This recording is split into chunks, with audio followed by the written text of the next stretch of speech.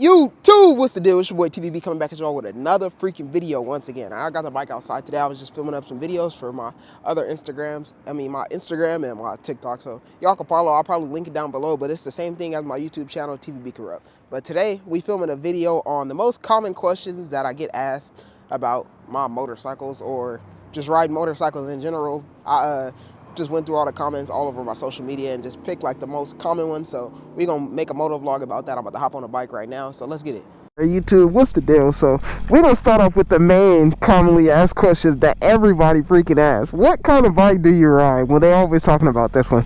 They don't know if it's 1,000 or 600 or what it is, but I guess that's just like basically not everybody is in tune with styles of bikes and can spot them by the look of an eye. But basically this is my 2017 GSXR 750. It's a Suzuki with a bunch of aftermarket parts, and yeah, probably like one of the greatest bikes in my opinion out there. No, it's definitely one of the best like 600 or 750s, because it's 750, one of those smaller CC bikes out there that basically put in some work. It's relatively fast and I'll just have a lot of fun on the bike. But it's a 2017 Gixxer 750, fully aftermarket exhaust system, Marchesini rims. So these are aftermarket rims, not the rims that they came with, and a bunch of other goodies, but it's too many to name. But that's not what the video is about. It's not a model is.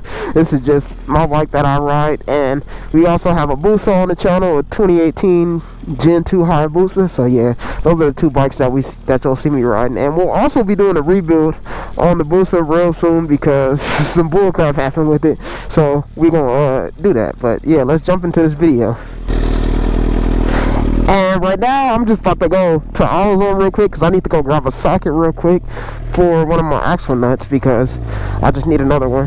But let's get into the second question. This question is freaking very commonly asked, and I know there's going to be a different answer for everyone, but this is how I feel about it.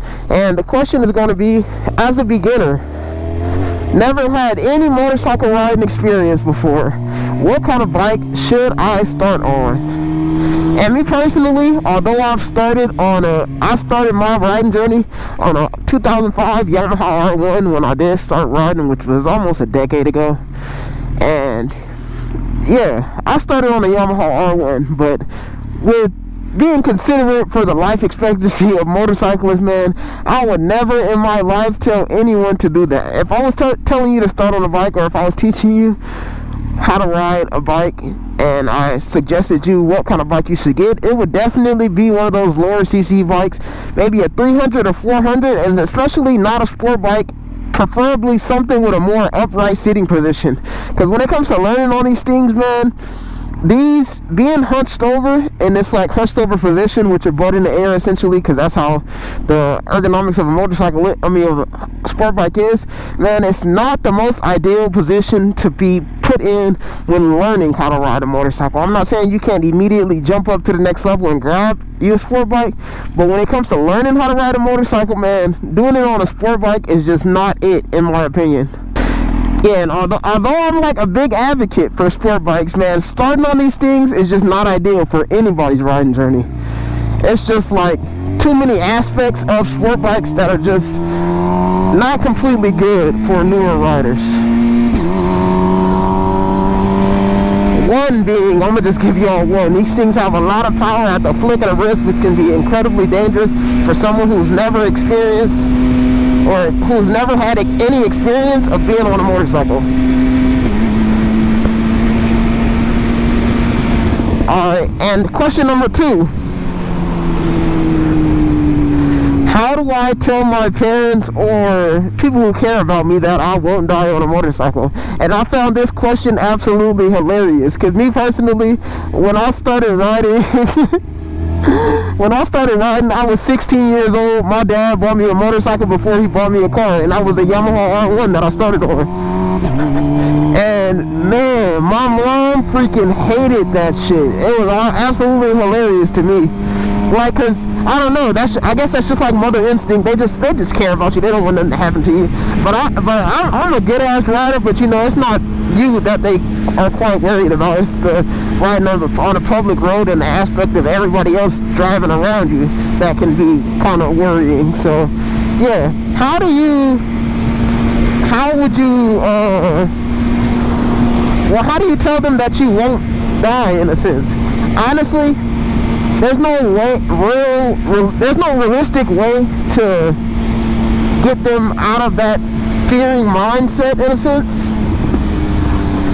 There's no real way to get them out of that mindset of how do you tell them that you're not going to fall, because it's inevitable. It's inevitable. You might fall, you might not, but there is some precautions that you can take, like, man, maybe riding a bit safer and showing them that you're actually responsible enough to take on the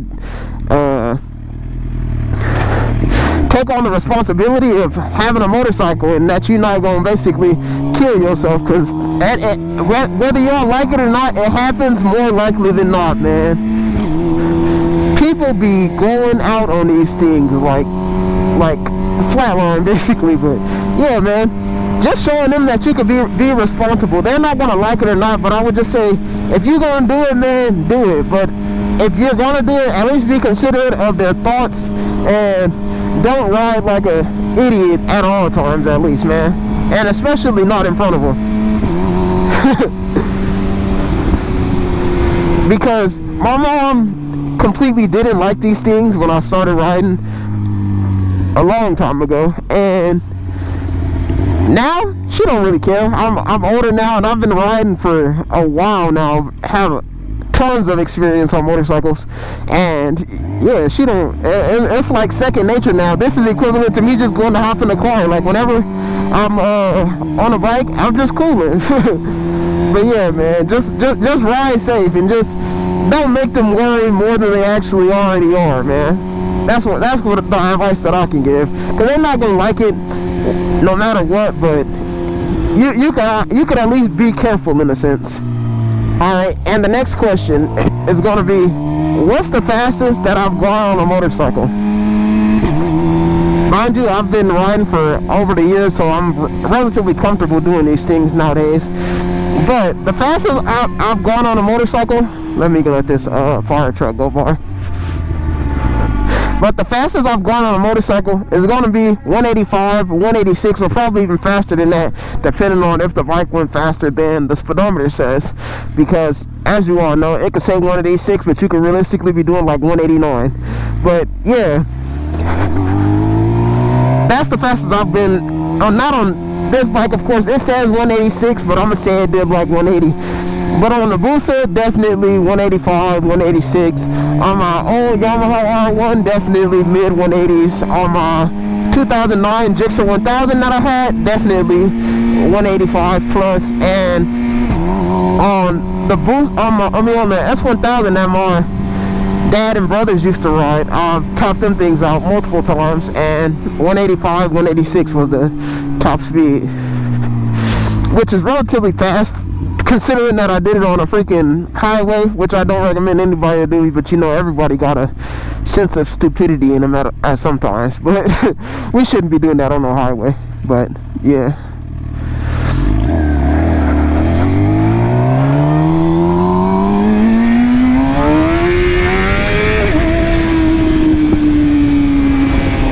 Next question.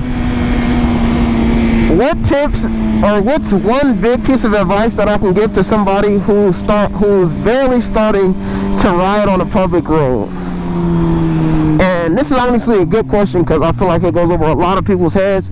But my main piece of advice is definitely going to be, man, just automatically, no matter how many times you've looked at somebody on the public road, just assume they don't see you. Like, just assume that you're completely invisible to everybody, and you always have to double check everything, because if you don't, man, that's the time you can just get splattered on, essentially. But man, just be considerate. Like, man, these people don't see you, and they're not looking for you at all if you are not in a car.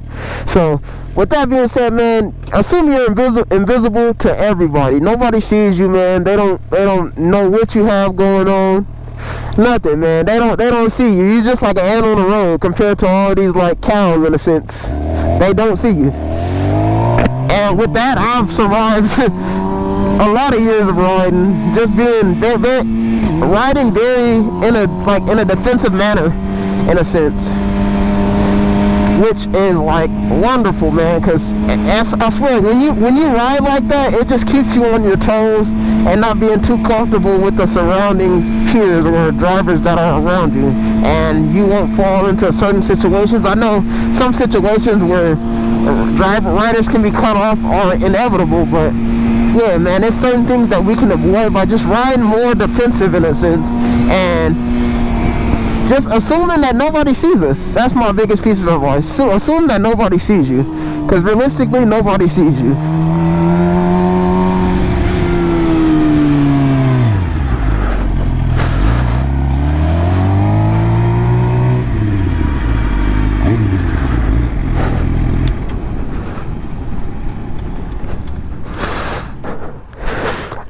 And my next question is gonna be, well, the next question that I'm commonly receiving is, man, what's the best bike for shorter riders out there getting into the sport?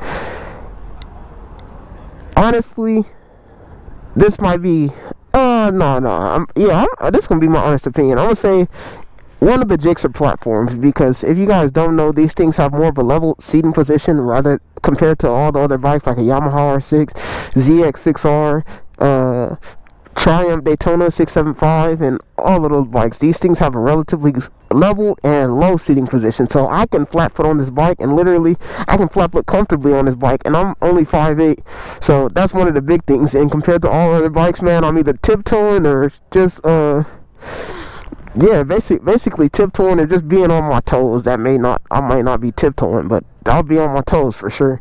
But yeah, this is definitely one of the best bikes, I swear, for shorter riders, because on my R1 I was freaking tiptoeing on all time, but I'm on a Busa, I'm like on my tiptoes a little bit. And yeah, this bike I have no problem like flat footing, and that's one of the main things is comfort when it comes to getting into motorcycles, man. Being able to like have security that you can touch the ground and you can plant your feet on the ground and basically secure the bike in between your legs, because the last thing you want to do is fall over while you're sitting still.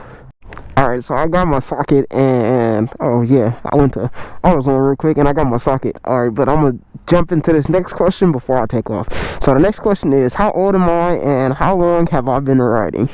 So the question, how old am I? I am 23 years old now. And how long have I been riding? I've been riding for 7 years. So I started riding when I was 16.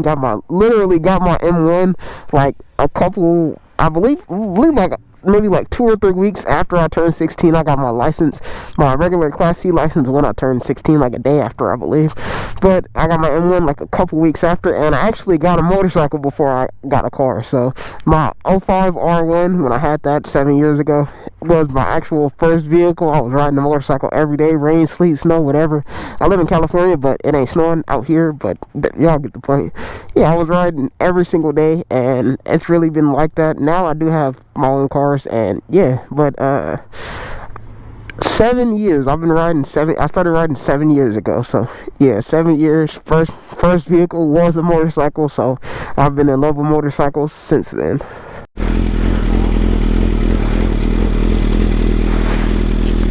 Alright, and let's get rolling. Got my gear in my backpack and everything put up, so let's get out.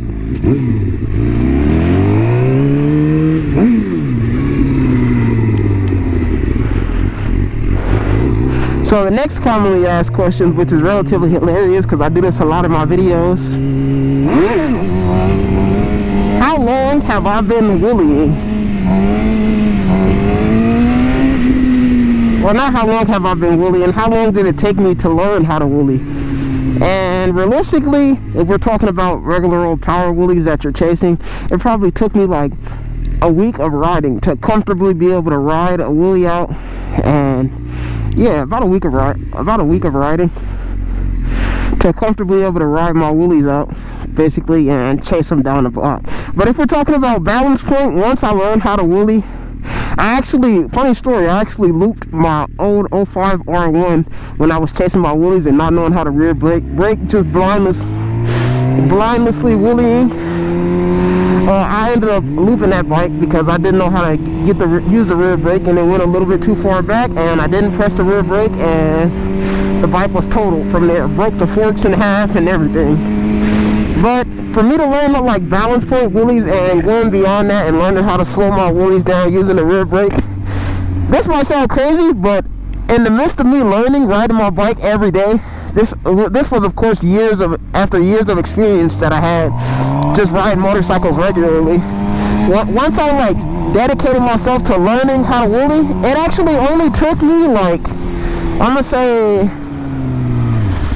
going to say it probably took me about like a month, 2 months at max, and I was like really back there hanging my bike, like slowing it down on the rear brake and everything. But to learn how to wheelie and just pop it up in the air and chase my wheelie, man, it took me like a week, and I was comfortable doing that for so long until I looped my bike, and then I was traumatized. But then after a couple, maybe like after probably like a year, I was back riding and I was hanging bikes once again. And I looped my bike at 16 years old, so I was young and dumb, so I immediately was like, man, I got to get back right. So I did get back right, and now I can wheelie for miles slowly too. Alright, and the last question: what inspired me to learn how to ride or start riding? Yeah, what inspired me to learn how to ride? Well, realistically, my dad inspired me to learn how to ride. Like, he was riding my whole entire life. I seen him 12 o'clock wheeling his R6 down the street, and that shit like motivated me forever. I was like, man, one day I'm gonna be doing that. And he was fast, like fast in the canyons and fast on the raceway, fast everything. So I literally was like, man, I want to get like that. So I ended up getting like that, and he definitely inspired me to want to start riding, and definitely gave me like a lifelong, I guess, hobby, you can say, in a sense, because if it wasn't for him, I probably would have never started riding, because my mom absolutely hated motorcycles when I first started riding.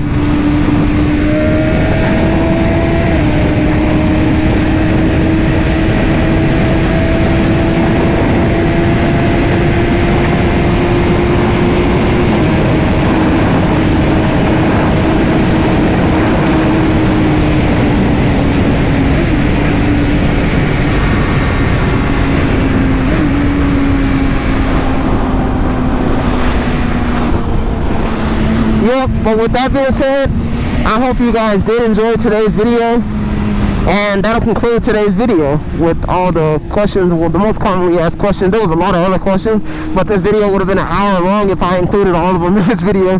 But yeah, that was the most commonly asked questions that I get asked all over social media, and I hope you guys did enjoy today's video. I hope it was helpful for somebody, and with that being said, I'll catch y'all within the next upload. Peace.